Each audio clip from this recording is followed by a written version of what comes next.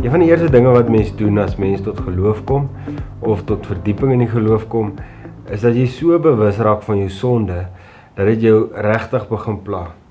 Sonde was altyd lekker, maar nou is dit nie meer nie. En gewoonlik, as jy wil wegdraai van die sonde, en wil wegloop van die sonde, is dit wanneer jy besef, dat jy vasgevang is in 'n web. Jy sien, om van sonde weg te kom, is nie maklik nie. Sommige dinge is baie maklik om te oorkom. Maar Paulus leer ons dat ons beste dade met sonde bevlek is. Dit behoort ons te pla. En ons te herinner dat ons genade nodig het. Ons het 'n stryd en ons het 'n groot vyand.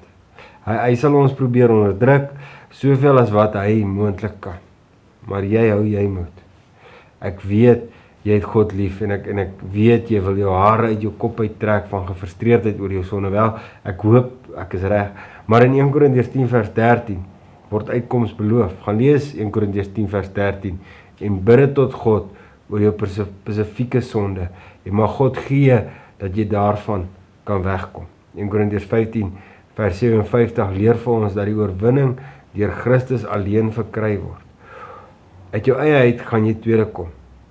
Maar gaan tap by die kruis, gaan tap by Christus. Onthou, hy het beloof, hy sal help. Jesaja 41 vers 13. Seën en sterkte met jou stryd. Veg teen jou sonde. Draai weg daarvan. Net vir jou eie beswil.